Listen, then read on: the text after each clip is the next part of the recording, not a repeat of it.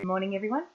I thought I'd take today to actually read through an article that was in the newspaper. It was a little while ago now, so it was back on the 1st of March 2019. So this is before the actual gazettal of the Coomera Connector, because it was gazetted on the 15th of March this year. So this is Mick Hersey's. Eagleby cane grower Mick Hersey's received a letter announcing almost 5 hectares of his land would be required to build the corridor. So yes. So Eagleby residents to give up homes for the second M1. Residents living in the path of the second M1 have been told that they will have their homes snapped up from beneath their feet. Up to 125 property owners in the Logan area have received letters from the Department of Transport and Main Roads announcing their land would be required to build a $2.4 billion Coomera Connector. There's a picture of Mick with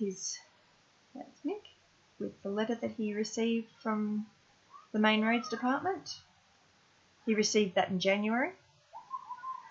The connector, also dubbed the second M1, is a planned 6-lane transport corridor that will run 36 kilometres between Stapleton and Noonan to take pressure off the heavily congested Pacific motorway. An extension and realignment of the corridor has been proposed between Logan Home and Stapleton to connect the road with the Logan and Pacific motorways. So this is what it looked like before it was gazetted. On the 15th of March, this changed completely. And I'll leave a link to either other videos that actually show you what the current corridor is, and I'll leave the links in the description. And you can check our website at eagleby.net for more information. So this is basically showing the proposed northern alignment, which is this section here. So this runs through Eagleby. Mick's property is right here. This is joining up to the Logan motorway and the M1, and this joins up to Mount Cotton and comes all the way down here. This, the blue dotted line, because this was the current alignment on the 1st of March. This was the proposed deviation to the alignment. So, yes, I'll go on further.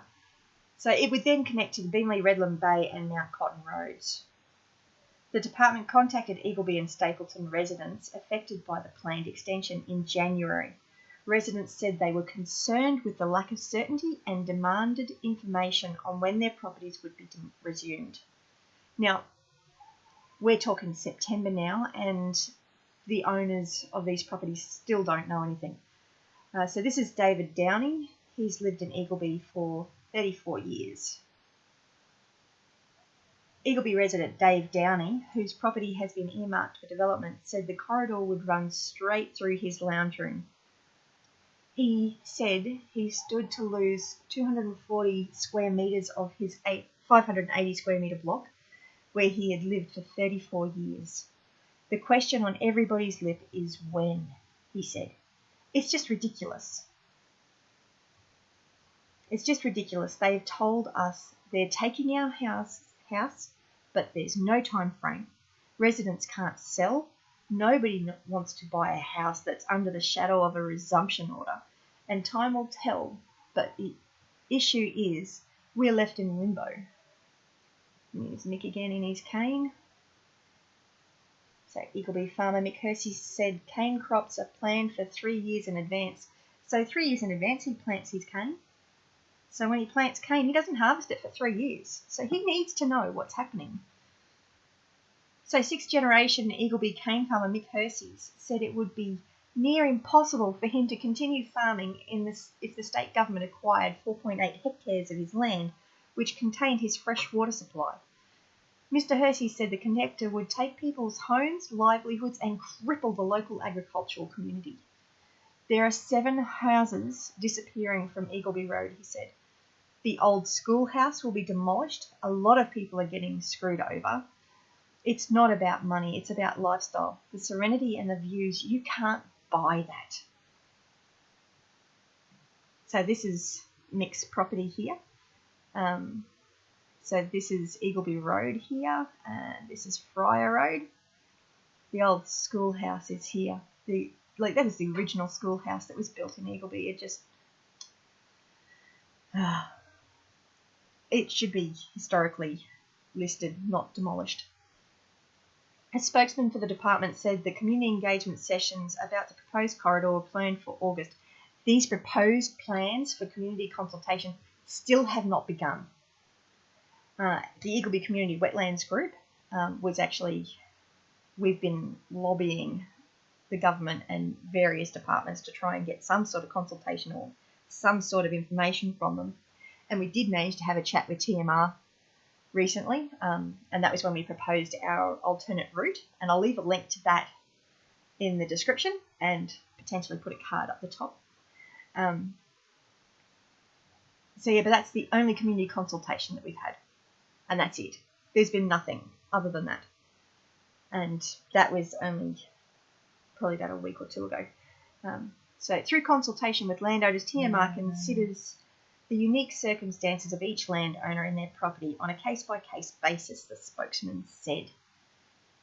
The department said, oh, sorry, get rid of that. Got software updating in the background. The department said it used an independent registered valuer, but had not gone as far as committing funds for construction. So this is Alf Schmidt. Alf Schmidt is an Eagleby resident. Alf's family has lived in the area since the 1800s, as is Mick's. Mick's family has also been in Eagleby since the mid-1800s. These families have been here forever, like for well over 150 years. I mean, this is Alf Schmidt. The Coomera Connector is going to go across Schmidt Road. We've got Hersey's Road is also in Eagleby. So yeah, Alf Schmidt, 71, has lived on Schmidt Road his entire life and will also lose a portion of his land in the corridor receives funding. He said he was frustrated with the consultation process. The message I got from Main Roads is they were going to Gazette, the northern extension, in April, and then have public meetings in August, he said. Now, I'll leave a link to an interview that Alf did with Channel 7 at a 100-metre demonstration last month. No, at the beginning of this month, sorry. I'll also leave a link to the 100-metre demonstration. Where was I? So, well, I would have thought you'd have a public meeting first. The State Labor MP for Macalister, Melissa McMahon, assured residents that nothing would happen in the short to medium term. This kind of contact from a government department understandably causes some anxiety with some property owners, but it is still early days for this project, she said.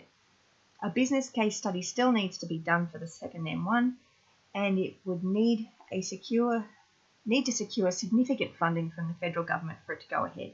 She urged anyone with concerns or questions to contact the department. So yeah, I'll leave links that you can actually contact the department on in the description. Email addresses for different members of the government, so you can contact them and send them your concerns. There's also currently a petition that's been put together by one of the groups further down south. I'll leave a link to that in the description as well. So yeah, if you can like and subscribe to our channel, and I'll be putting up more information like this over the coming weeks and months. But yeah, help our farmers, help the property owners. The government needs to be more transparent with what they're doing. They can't just go and gazette all of this. And we've also found out that this is also going through, all these areas here, Coomera is going through an extremely precious koala habitat. There's over 100 koalas, which is actually a very large population of koalas in the Coomera area. And they are now considered functionally extinct. So we need to protect some of these. We need to protect these areas. So yes, like and subscribe and hit that little notification bell to get notified of when we do videos. And if you've got any comments, questions or suggestions, leave them below. We've got Facebook group, we've got websites. We've got a website, it's www.eagleby.net. If you go there, and you'll find all sorts of information, and it's always increasing on the information that's up there. And yeah, help our farmers, help the property owners. have a clue on what's happening.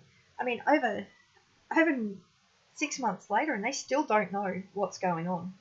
But yeah, anyway, if you have any comments, leave them below, and have a great day. Bless you.